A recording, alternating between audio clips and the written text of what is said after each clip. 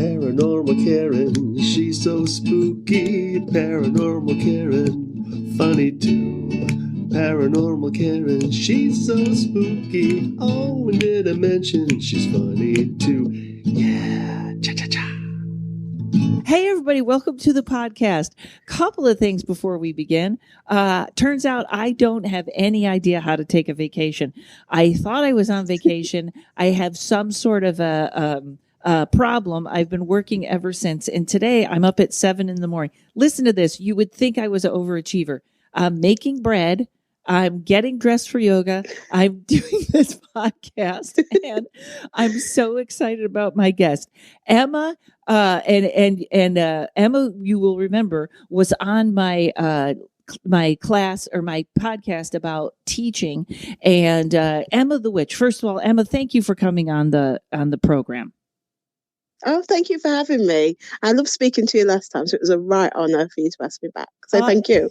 Well, you are so fun and such sunshine. I will say that because you already answered the phone and found out what a nutbag I was. Because I was like, hey, you're the only thing that happened right today at 7 a.m.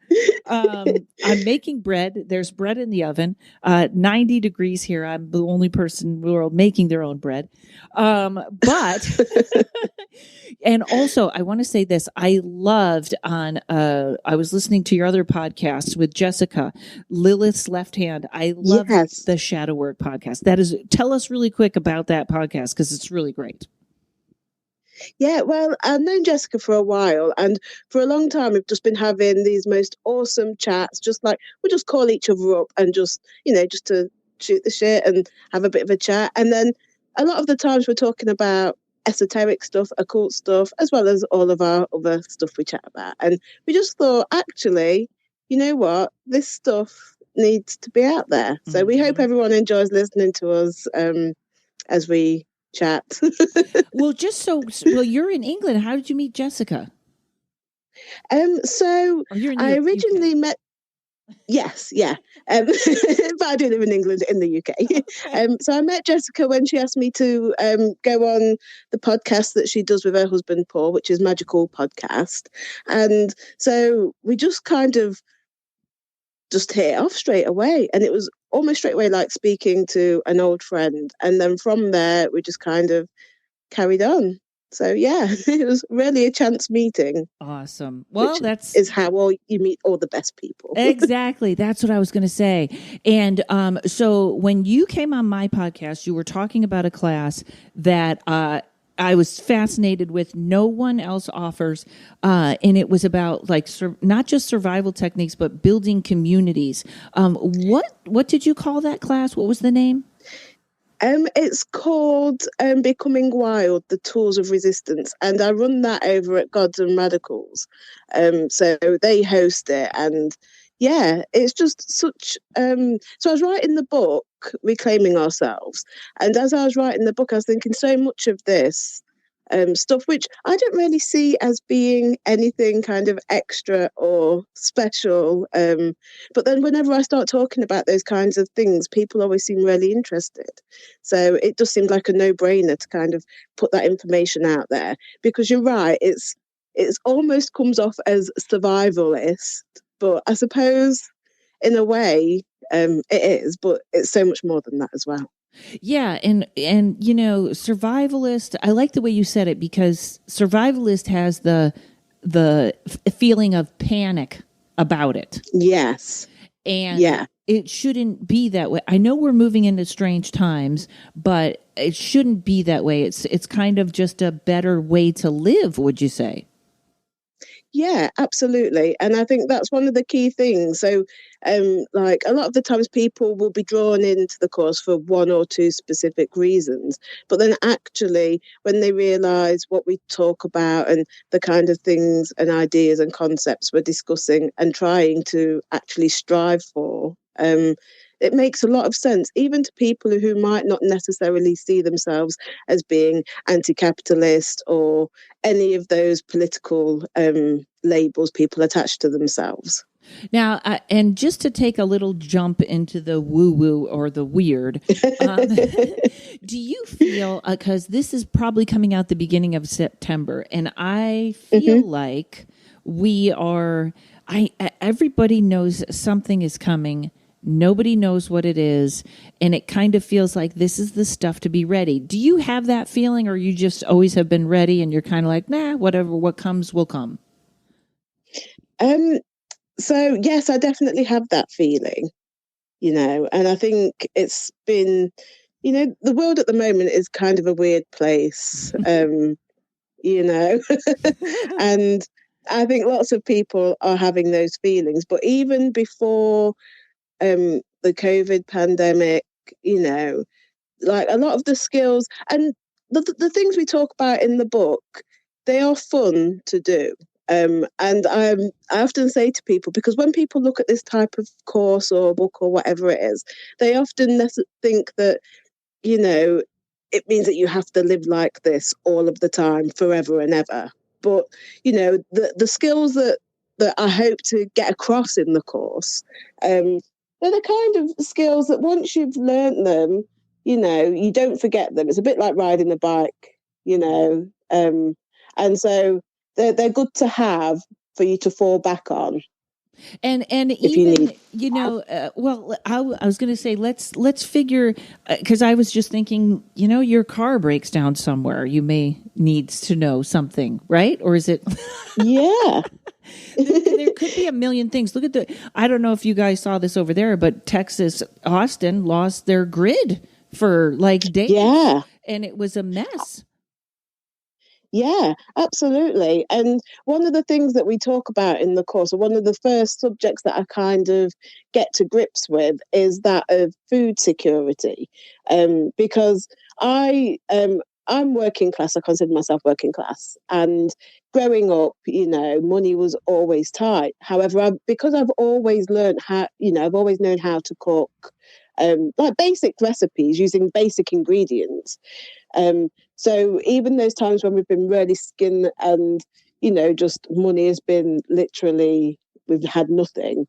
It's those times where the skills come in useful. So even when there isn't any kind of major crisis going on in the world, at some point, people will need to draw on some of the skills in that book. And so that's what I really wanted to get across. And do you and also, what's the name of the book? I skipped right over that in my. Oh, sorry, Reclaiming Ourselves. It covers similar kind of topics to the course. Excellent. So now, when you talk about food security, I own a basil plant. I should probably get a little more. In fact, it's funny. I was seeing I think an ad popped up, and I don't know if it was my TikTok or my Instagram, and it was this tall planter. Like it was $400. So I was like, I don't know. Wow. Yeah, it was, but it seemed to have, it was like grow your own lettuce and all your own things, but it didn't look to me, it looked like a little of it would work for a week or something, but it looked like, I was like, I don't know. So when let's say you have no money, we call this a ramen moment in the United States, where you can get ramen noodles for 10 cents or something, which are like supposedly the worst thing you can eat. They're the worst thing for you, apparently. But what does one do in that situation? Do you have a tip for us? What, when they have nothing, literally nothing? Right. Or do we, like now, I have piles and piles of rice in my house. Apparently I'm ready for a rice shortage. I don't know. And I have maybe this is all, I'm giving all my survival tips right off the way, which you must realize I'd be dead in a week. I have a Dutch oven. That's supposed to be good, right? Yeah. Yeah. What I often say to people is, especially in those times where, where things are really tight, that's when we need like our community networks and mutual aid networks. And so, it's sometimes scary putting ourselves out there, especially if we, most of us have neighbours who we say hello to when we pass them in the street. And for so many people, that's where that relationship with the people in our communities kind of begins and ends. Mm-hmm. And so, potluck dinners are a great way of, especially if you live in a street or in an apartment block, of just kind of getting everyone to bring something, and just you get to know people at the same time, you get to make some food. But even if, that is just, that fills you with dread, because at heart I am an introvert, so I'm very good at telling people to go out and build, but it's hard. It can be difficult, but there's so many things you can do with so little. Would you want to live like that forever? No, of course not. Will it get you through a tough time? Yes. Yeah, you mean like it, so it sounds like a great idea. A little, and you talk about this in the book about building a community, right?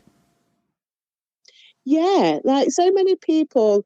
Where I live, it's still like really working class, and in the UK, like these kind of areas, people kind of stand on their doorsteps and talk to their neighbours, because traditionally they were our allies. You go and borrow, I don't know, a cup of sugar, or the basics of life. But as most of us work longer and longer hours, and we have lots of different pressures and constraints on our time, it's often quite difficult to make that effort. And so building community is a great way of getting to know people, but oftentimes community building around a particular purpose or effort. So, like we said, potluck dinners is a great way to get to know the people in your area, as a kind of social aspect. So it's coming together for mutual aid is always going to be a great way to build community. That was when I originally had, it wasn't 9, it wasn't, maybe it was, I don't know. I had done an episode on what's coming up, and I was like, just say hello to your neighbors, for crying out loud. Do something so that you know them. And what's another thing that, if you do live in a neighborhood, especially in the United States, that we tend to have block parties sometimes. That's an old thing that kind of got canceled. Yeah. That's a really good idea right now. Yeah, absolutely. Everyone needs a little bit of cheer, why not? Exactly. So this is kind of an weird question, but do you store food? And if you do, what do you keep? I mean, I have canned goods, and I feel like, I don't know that we're going to have this food shortage where the whole food chain is going to fall apart over here. But I will tell you, inflation, and there's already lines at the gas stations. So something's happening. Yeah, and like mainstream media can often make situations like that even worse. So, for example, the other day there was a news report in the UK, because we've got like a track and trace because of COVID, but at the moment, because it keeps pinging and lots of people have to self-isolate, normally people who work in those kinds of food production and customer facing roles, a lot of people are having to self-isolate. And so there was a news story saying that supermarket shelves might be emptied. And of course that forces people to go out because they're worried and they're panicking about, not having any food. And that fear is real. So I don't tend to store food as such, but I have those store cupboard kind of go-tos that I always have. So they'll be like, they're the kind of things like when I go shopping, if I'm not sure how much I've got, I'll just get another one just in case. Things like dried pasta, a few tin goods, rice, all of that kind of stuff that lasts for quite a long time. Yeah, stuff you don't have to cook right away. What is track and trace? So it's what the government have put in place. So if you've been around someone who has been got coronavirus, then so when you go out to eat or when you go out to any kind of place, you're meant to kind of check in with the test and trace app, so it knows where you've been. So then if somebody says they've had COVID and they put in all the places where they've been to, then it alerts all the other people who have been to that place as well, where so they can self-isolate, which is good in theory. But the problem that they're having now is, so for example, a friend of mine went to a pub and, it was all outside seating, but she got pinged for track and trace to say that she'd possibly been in close contact. But then she was saying she was just at a table with her friends. So chances are she's not had contact with whoever had contact, had COVID in that place. But, this is the thing. We try and that's all we can do, really, isn't it? It is. And you know what else? And it's just because I obviously run on the paranoid side. It could be paranoid Karen sometimes instead of paranormal Karen. But I feel like I'm getting very, very nervous about the tracking and the passports, not for their purpose, but for what will be done with them later, because they're not going to take them back. Yeah, and I think this is the problem. And oftentimes when you watch mainstream media and they have people on who voice those concerns, they're often, those people are often laughed at. But time and time again, governments all over the world often show us that, we are right to have these concerns and questions about what is going to happen with all of the new laws that are brought in, all of, like you say, all of the tracking and that kind of thing, and the passports. Where does it end? And I suppose, it comes, for me personally at least, there is that lack of trust between myself and governments.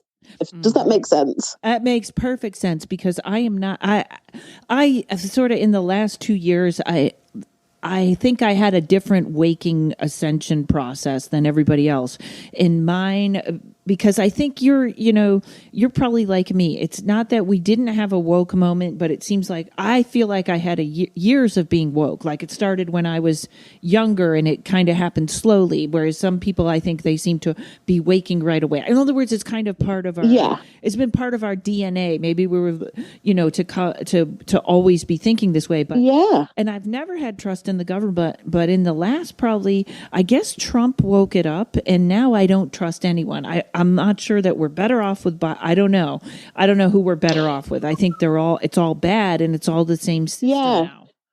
This is it. And, sometimes when I have conversations, and if I'm forced to describe my own political beliefs, which is kind of can be a bit of a minefield, I describe myself as being a leftist, but actually when I stop and think about it, and so in the UK, when we talk about left and right in terms of politics, we're really talking about the Conservatives or Labour, and to me personally, both parties are just different sides of the same coin. If we look at the politicians who are in the cabinet or the shadow cabinet, in those MPs who are in positions of power, when we look at those kind of guys, we see that actually they've all gone to the same private schools. They've all gone to, the top tier colleges.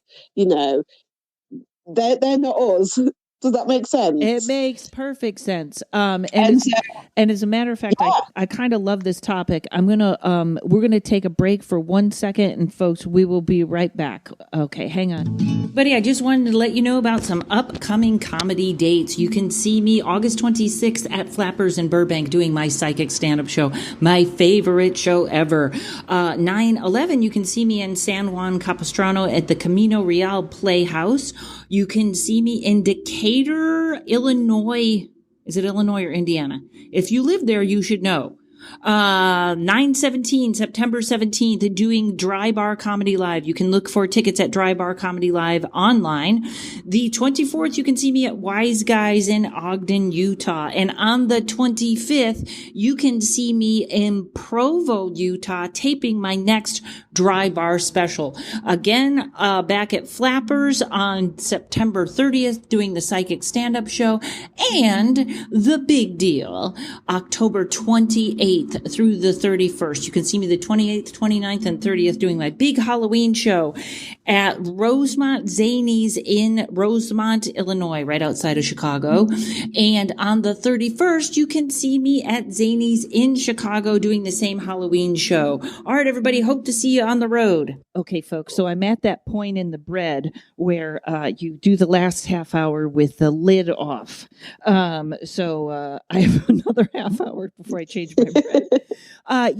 This is such an interesting topic, and it is because I think I almost feel the same as you. Like, I believe my beliefs are left, but it was a worse waking up for me to sort of realize how bad or how corrupt our government was than anything. Yeah.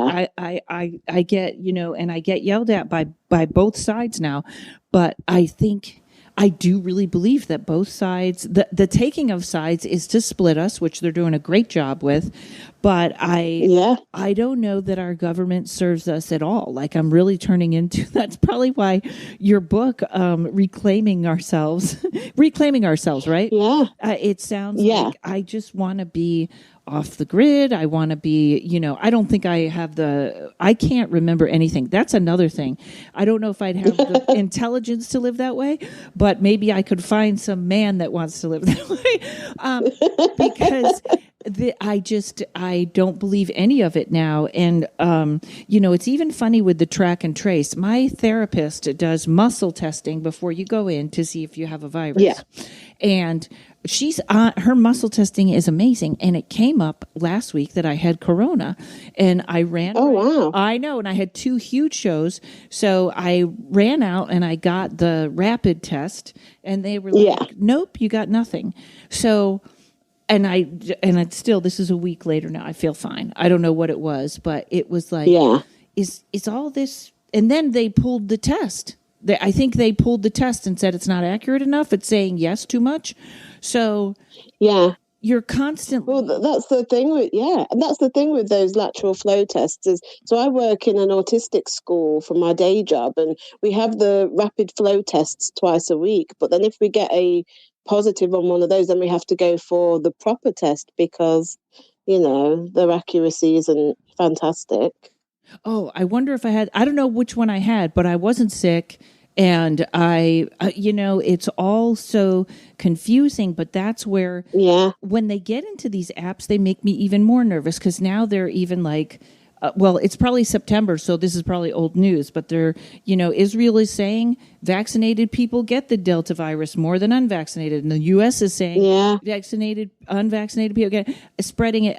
It's such a mishmash of information. And it just leads me down that conspiracy hole of this is just a way to control us. Not that it's not a real disease. I don't, but it's the way it's being handled. You're like, couldn't it be better organized, or is it organized the way they want us to keep us in chaos, which makes your course and your book even more important? So what are some tips or things that you think people don't think about that they should be ready for? So we've already touched on mutual aid and building community. I think those things in themselves are massive. They're just so big because none of us live in a vacuum. Even if we have little to do with the people who live around us, we still affect each other's lives in small but often quite impactful ways. So building community and solidarity links everyone should do those, even when things are going magnificent. It can never hurt, Mm-hmm. So that's something. But something else I also touch on in the book is natural medicines.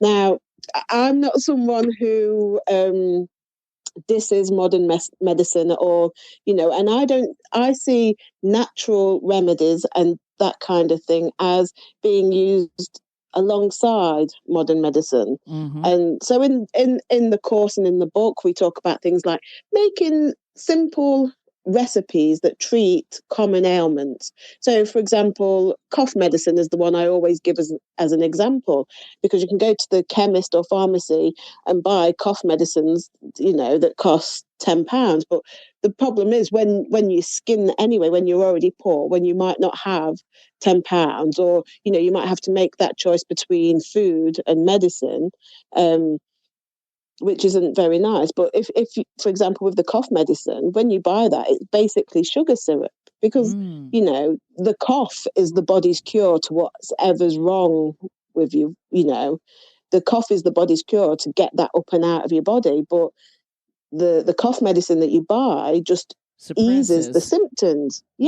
So you can make that really easily with little more than sugar and water. We add other things as well for their health promoting benefits, but I think sometimes we see things a lot in black and white terms, so it's either or instead of using this alongside this, and it's just kind of opening ways up to see things slightly differently. you know. Yes, and that's an interesting. I didn't see already how you're looking at that is brilliant because it's a cough suppressant, so it's already sort of suppressing. But that's that. I didn't even think about that. It is sugar and water, and there's probably teas and stuff you can make that are like ginger, right? Yeah. There's so much that you can make for yourself. So I make ointments for. So I make datura and mugwort ointments, and I do use them for witchcraft purposes as like a flying ointment as such.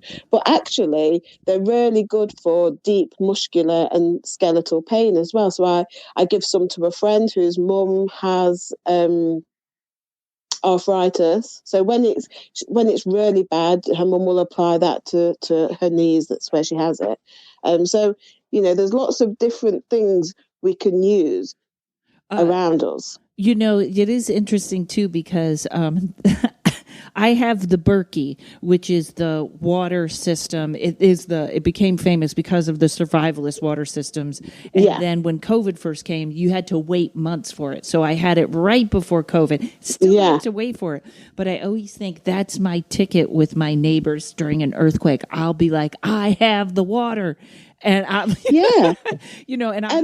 is it. Yes, and that's where. Oh, go on. Sorry. I was going to say, and always know a witch because witches always have the candles. Yeah, and this is where community comes in so important, because chances are we're not going to have everything we need. But if we're in a community setting and we say, right, this person's got this, what do we have that we can kind of bring to the table? And then before you know it, you have the basics of what you need anyway to kind of get through whatever's going on. So everything to me always goes back to those community and mutual aid, solidarity, links and networks, and that kind of thing, Yes, and there is, I go down the rabbit hole of TikTok. I love TikTok right now, and of course I believe everything I see on it, which is probably of course. In fact, they had a homemade hydroxychloroquine recipe that I saw float around, which is really fascinating to me because it's like grapefruit and orange rinds or something like that. And there are so many holistic things on there. There's one where they said crush garlic, cover it in honey, and leave it for a month till it gets like watery, and then 2 tablespoons a day. So I've made that. Have you done that? Because I'm very close. I'm a little afraid to try it, but it's almost done. Yeah, I do another one that's similar with, so I lay sliced garlic, sliced onion and sliced ginger in a jar and then pour over with honey. And like I say, leave until it goes like real watery, and it's potent, but it's like garlic, onion and ginger and honey. So, but it's good for you.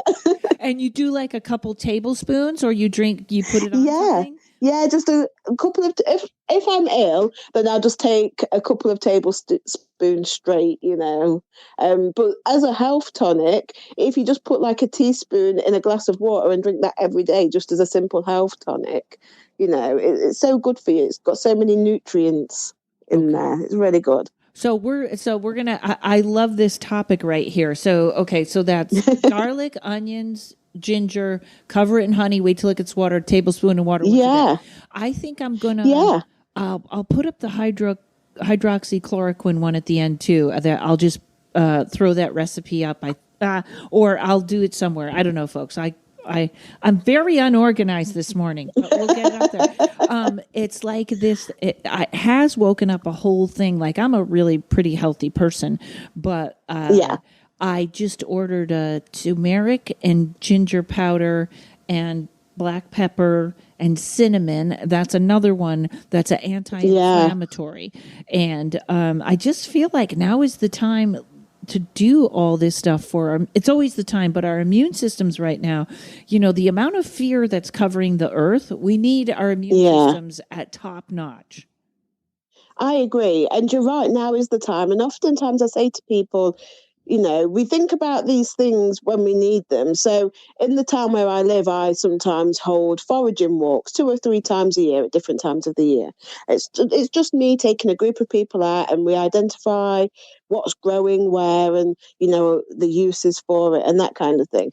And then when the pandemic hit, so when it hit the UK, it was almost like scenes from a zombie movie, like supermarkets where there's literally nothing left on the shelf. I went to the supermarket. I was making some chili or something, and I went to get because I don't eat meat, so I went to get some beans to kind of put in the chili. And I got 1 tin of black beans, and normally nobody's buying tins of chickpeas or stuff and this one time there was literally nothing. And so then people were talking about, oh, Emma, when you're doing your foraging. And I didn't do the foraging class at the time of the pandemic, simply because I was worried that people were so frightened and panicked. I was worried that people would go out into those wild spaces and just take because of, and that's an understandable thing that people. But the thing is, I have to say to people, do it before you need it, because when you need it, everybody else is going to be looking to do that same thing as well. Yeah, it was that's funny because I'm the same, because I'm also vegan, and I eat a lot of beans and a lot of that kind of stuff. And I was amazed. In fact, I think Bill Maher had the funniest joke where he said, okay, now everyone has to eat the stuff they bought for COVID that they don't usually eat. And I thought that's true. And because that's exactly what it was. But it also was another one of those, it was kind of a false shortage, because of course the big thing was toilet paper and I was like, oh God, yes. No, and I was like, first of all, people didn't go to the small markets. They all had it in the small markets. And you eventually got it in time, unless you live one roll of toilet paper at a time. You weren't really in that much trouble, But it was, the foraging thing fascinates me, because actually I think we do pretty well foraging here in California, because my neighbor has a grapefruit tree, the other one has an orange tree, we got an avocado tree. So California is kind of a good place to go, at least foraging for fruit. No one should die of scurvy in California. Yes. So that's really, and people are quite good about, you have boxes out here on the street that say free, because they have so many grapefruits or limes that they can't. Oh, that's amazing. Yeah. It ruins their backyard grass. Like, they have to hire somebody to come get it. That's talk about the beautiful thing of nature. I will never get over when one of these trees blooms, like a lemon tree. Thousands of lemons. You have to have a picker to pull them down, which is like a long stick with a basket on the end. But it's like, I can't wait to sort of figure out my own place. I want to grow tomatoes in my house. I think that's possible. But so that's interesting, because foraging, if we were ever that bad, you do have to know what's poisonous out there. Yeah, and there's a lot, and it's one of the reasons why I hold foraging walks. But and I think people don't realize the amount of things that grow where they live.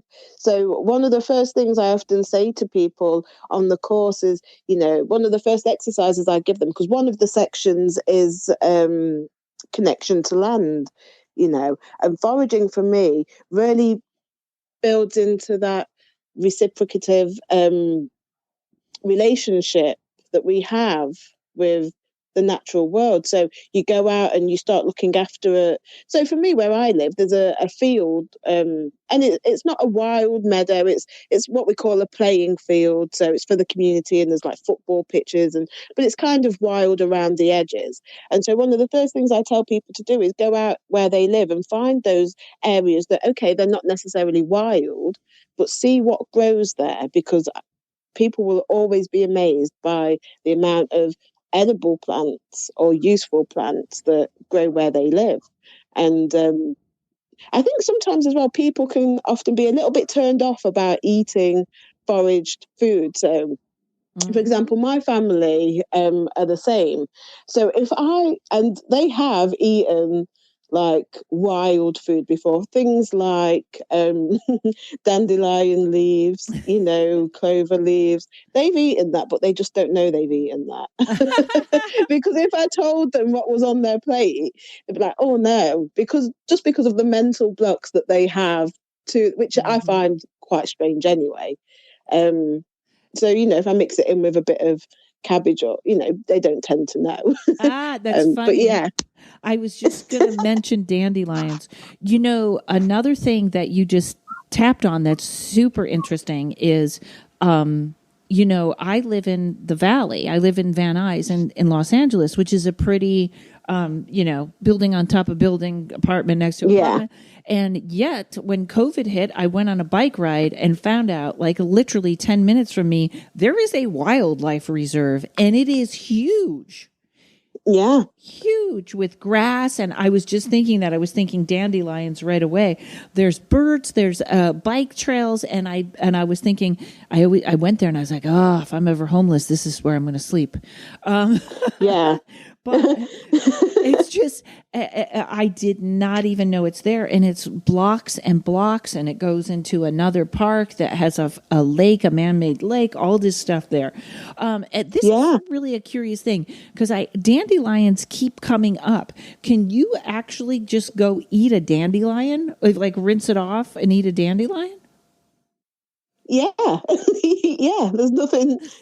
Absolutely, all parts of the dandelion are edible. So, like the flowers, people have kind of been doing that dandelion honey thing. I see that's grown quite popular, which makes a really good vegan alternative to honey. But the best thing I like to do with the flowers, a lot of people say dandelion tea with the flowers, but I'm not a big fan, and I don't know what it is. There's almost like a weird fishy taste with dandelion tea. But I love making fritters with the flowers, like sweet fritters. They're not very healthy, obviously, because they're deep fried and then dipped in sugar, but they are delicious. No, we all stray a little bit. There's a little sugar problem in my house, so I will not be judging you for a fritter. But then even with the stems and the leaves, the best thing I like to do with the stems and the leaves. Now, everything in my house is sauteed in butter or butter alternative with garlic.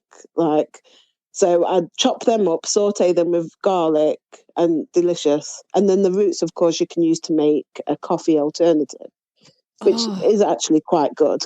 Okay, all right. Hold on. We're going to come right back, and you're going to tell me about the coffee alternative, because this is another... Okay, we'll be right back, folks. This is fast. Hey, everybody, you having trouble with your kitty or your pooch or your penguin or your Neanderthal boyfriend? Either way, animal communicator Sonia King is to the rescue. You guys have heard Sonia on the podcast. She is one of my best friends. She has helped me out with Courage, aka the boss, so much. She has helped me when he was sick. She has helped me when he doesn't like his food. Sometimes he just pops in to tell her he's been very busy. That's the relationship they have. But whatever your relationship is with your little buddy or pal, Sonia can help you to understand what's going on. Whether there's an issue, you don't know if they're sick, they're acting funny, or they might just want to say hello. You might want to find their purpose in your life, or just wonder why they bite the mailman. But either way, Sonia King is your lady. You want to book a reading with her at soniaking.com. And that is just as easy as it sounds. SONYAKING. soniaking.com. Book a reading with her and find out what your little ones are thinking. Okay. So, I love that. I love things. And I also think too, just in case there is an end of the world, enjoy a little bit your sugars and your fritters now, right? Yes, like in case absolutely. When I was a little kid, I used to watch the water come out of the faucet, and I would always say, there's a time that's not going to happen. And I still don't know what that means, and I hope I don't live through that. But I was like, always fascinated to feel lucky that you could turn on a faucet and water comes out. So this is the thing that scares me more, I think, and this is probably what turns a lot of people off, is I think Roundup or stuff is in the soil. Nothing, I don't know that there's anything we can do about it. So the coffee alternatives are becoming very big right now. There's actually a tea that tastes like coffee. Oh my goodness. Yeah. I don't know how I feel about that. I know. Well, I was laughing last week because the green tea mafia finally got to me. There was never such a push for anything like I saw for green tea, but I finally figured out you don't want it hot, you want it as an iced tea, and then it's good. But so let's say I go somewhere. You said you use the roots to make a coffee alternative. Can you tell me about that? Yeah. So you get the root and I chop it up and dry it out. Just leave it on a warm windowsill for a day, just so a lot of the moisture is gone. I suppose you don't really need to do that because then you roast it in the oven. It's just something, I don't know, I guess I've got into the habit of, I just like to leave things for a day or two. So when you get your root, you chop it up and you roast it in a hot oven until, not till it's burnt, but until it's kind of, there's a smoky kind of scent that it gives off when it's kind of ready. And then you chop it up and then you can grind it up when it's roasted, and then you would make coffee in the same way that you would use, I don't know, like a filter. Do you have those there, like filter? Yeah. Yes, and I use in a pot.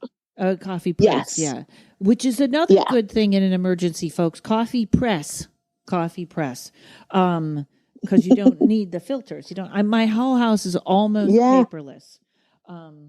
Excellent. That's yes. But of course I have an iPad on every corner, so I don't know if I'm helping or hurting. I'm helping the trees. I know, and and that's the thing. I feel like we get so worried about how we're affecting things that sometimes people don't know what to do for the best. And I often cite electric cars as that kind of, so there's this big push for electric motor vehicles, or at least there is in the UK. Mm-hmm. And, in theory, it's great, but then we have to also look clearly at the ways in which electricity is being produced. Where is it coming from? Where is the lithium for the batteries? So, I feel people beat themselves up too much because they're trying their best. Yeah. But Yeah, I get that. That's the that guy. There's a guy that has a show called Adam Ruins Everything, and it's actually a great show. But you can only take so much because he goes into this shoe company that dedicates shoes to poor people when you buy a pair, and then he digs in and it's like, oh no, they don't. Or you think you're helping out when you do this. Oh no, you're really not. So you can only take so much because it's very pessimistic. Yeah. But it's fascinating whether it's charities or stuff you're buying, or is it really better? So I guess sometimes you just got to follow your gut and do the best you can. That's all that anybody can do, really, and a lot of the times, it's what I talk about in the course and the book. A lot of the times, the people who are poorest, they can't afford to be conscientious. They can't afford to make those conscientious decisions about where is the food coming from. So for example, I use meat. Now I don't eat meat, but I'm the only person in my family who doesn't eat meat, which half of my family are Jamaican, and it's almost unheard of.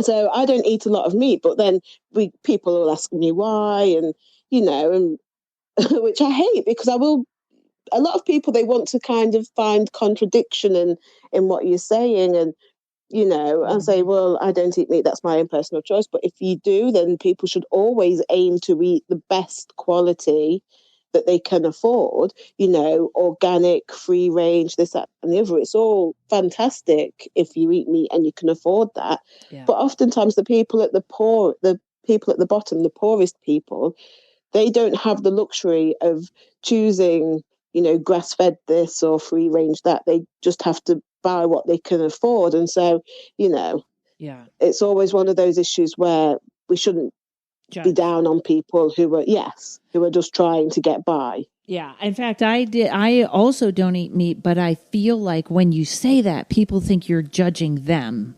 Yes. Yeah. And defensiveness comes into play. And in fact, I think August 13th, I did one with my friend Nim, and we were talking about eating meat, and we were both like, but if you do it, it's okay. Because I know people that use meat to ground, and we're trying not to put that judgment, because that's kind of with everything, but people immediately think you're going to give them a lecture and stuff. And it's like, no, you do you, I'll do me. Yeah. Yeah, that's precisely it. And I always talk about people eating the best that they can afford, but then, it is what it is. If you can't afford to eat all of those things, you shouldn't feel bad about eating, Yes. And you know what, too? I would love to wrap up if you have some odd tidbits that people would find interesting about, just doing better with this. But first, something I've been noticing, which this is all over TikTok also, but you guys in the UK will get the same product we get. Like somebody used, I think, instant oatmeal, which I don't eat instant oatmeal, but they show here, this is the reason I'm making my own bread, which I'll have to get out of the oven soon, or will be terrible. That you take instant oatmeal and the list of ingredients that are in it here, same company, same brand, same thing there. You guys have a third of the ingredients because a lot of stuff is illegal there to put in. That's fascinating. Yeah. So I know. And are the laws better? Oh, sorry. I'm so sorry. Are the laws better? Well, I suppose it's debatable, and obviously with Brexit and all of this kind of thing, there is a concern that some of the food standards will slip. But I'd like to think no. I think people are becoming more aware of added ingredients to food, such as preservatives and all of those kind of things. And I think people are just becoming more aware, and I call it mainstream because most people who I know in my day-to-day life, like my work colleagues, my neighbours, friends and family, most of them aren't necessarily interested in all of this stuff when we talk about it generally. But when you engage people in a one-to-one conversation about what, just general stuff like food, and then you can really have meaningful conversations with people. And I feel like people, they don't want it. So when a food scandal comes up, so a few years ago, we had that food scandal where a lot of beef products was actually, it was being sold as beef products. So, I don't know, like minced beef, or actually it was horse. And I think since then people have become a little bit more aware of what they're eating. Of course, people do eat horse around the world, but if you're buying beef, then you kind of want it to be what you buy, Exactly. That is food is just a topic. If people don't want to talk about it, they just trust everything. Now, I figured out, I think they said we're all making bread during COVID, but there's a great bread, and it's like Dave's Rockin' Bread. I don't know what it is, but it's as organic or as clean ingredients as you're going to get. And then I looked at that, and then the bread I'm making is just flour, yeast, salt, and water. And I was like, plus, I think that a loaf could cost 50 cents at tops to make. And I'm being generous. And it's once you learn to do that, it's better bread. Yeah. Oh, there's nothing better than like homemade bread from the oven, and it is better bread. I think if you can make something and use minimal ingredients, then it's always going to be better, in my opinion. Yes. And yes. If anyone's interested when this comes out, email me and I'll put my bread recipe on Instagram, because it's so simple. All you need is that Dutch oven. It's not a big thing. And I feel like it's one of the best. Of course, now I eat an awful lot of bread, but it's good. Okay, some interesting, if you have anything that comes off the top of your head, interesting tips that people might, foraging is a good one. I know it's not survivalist, so it's not panic tips, but what are some good things like that, previews for the book that people would be like, oh, I never thought of that? So one of the things I include in the book that is always popular is winemaking, you know. Yes. Bingo. Because if when things go down, you know, we've got to have some kind of pleasure. And winemaking is a bit like bread making, and it's so simple, but people always think that it's got to be super complicated, and it's not. I make lots of different wines. My favourites to make are when I forage for elderflowers in late spring, early summer, and then elderberry wine later on in the year, in the autumn when the berries are ripe. And winemaking is so easy. And I'm not a lazy person, but I like things where you can take them and leave them for ages and they kind of do their thing and then they're ready. That's like perfect. And winemaking is one of those things. So basically, you get your berries, you take equal amount berries or flowers, obviously edible, and equal amount berries and equal amount sugar. And you kind of make a syrup with the berries and the sugar. And then you add 2 liters of water, or however, you know, whatever ratio, depending on the weights that you're using. And then I just use simple baker's yeast. There is like a winemaking yeast you can buy. And I did buy some one time, but actually I'm not a wine connoisseur and I couldn't tell the difference between, so I just use baking yeast because it's what I have in the cupboard at home. And so you kind of bang everything together. You use an airlock, so because as the alcohol kind of builds up, it produces gases, and you need to allow those to release. But then you leave it literally for months until it is stopped bubbling, and then you siphon it off a couple of times. So you're leaving all of the extra stuff behind that you don't want. And then you literally leave it for months and then bottle it up and it's good to go. It's like the simplest thing. So winemaking is always something I suggest to people. That is number one, hysterical, because even that I know you just sold 1,000 books by saying winemaking. I used to have a neighbor that used to make grain alcohol, and I always thought, this is why your book is going to be great when I read it, because there's all these things that seem complicated that are not. That yes, people used to make themselves. So that's really what your course is about, isn't it? It really is. And I think once people realize how easy a lot of these things are, because we've kind of forgotten about them, they've almost become mystical in a way. You know, we think about the things our grandparents might have done, and they might have baked their own bread and hunted their own meat and brewed their own beer, and we talk about it in such a nostalgic way, and I think we don't realize how easy these things are to do. And so for me, these things act as the kind of kick up the bum that people need to get out and explore things and kind of rediscover the enjoyment that comes with these things, because I feel that's what the book is about as well, which a lot of people don't normally get at first until they start doing the things in the course and the book, is that actually you forget how much you enjoyed them, you know? Mm-hmm. And if the apocalypse hits, which, by the way, I learned the word apocalypse means lifting of the veil. I did not know that. I didn't either, because now I think we are in the apocalypse. Yes. I heard that on TikTok, of course, and then I had to look it up, and I thought, well, that makes sense. But if you're the person making wine in the apocalypse, you are golden. You are popular. That's my plan. Oh, this has been wonderful. I'm so glad that you came back on. All right, and it's Emma the Wild Witch on Instagram and everywhere, right? Yeah, Emmakathryn, Wild Witch. Emmakathryn, yeah, okay. You'll find me. Emmakathryn. All right, and that's going to be in the show notes. And the book is called Reclaiming Yourself. Emmakathryn, Wild Witch. And where do we find all this? Is it all on Instagram? Is it Facebook? Where do you like people to look for you?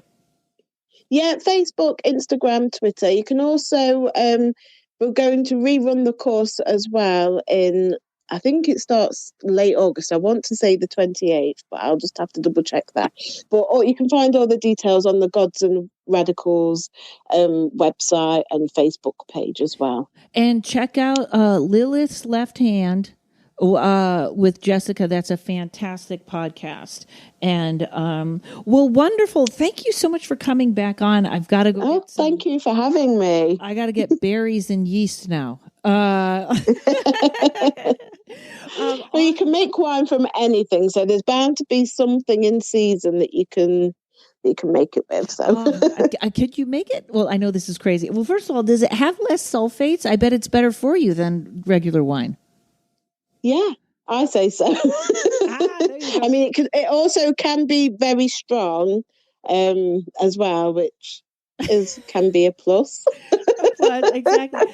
Well, I will be in touch because I will be pulling fruit off of my neighbor's trees and letting you know what turns into wine. And whoever gets Christmas presents from me, get ready. It's already been decided. All right. Thank you so much, Emma. This has been a pleasure and well worth getting up early for. So, thank you. I know it's evening there, so you have a great evening, and thank you again. I'm going to go buy your book right now. Oh, awesome. Enjoy your bread. I will. And thanks, everybody. Thanks to Mike at Uno Rising Media. We will see you next week. I guess I should plug karenrontowski.com. Oh, September, I have a lot of shows, especially if you're in Utah or Indiana. Check out my website. I probably have it fixed by now, so those dates are up. Thanks, everybody. We'll see you next week.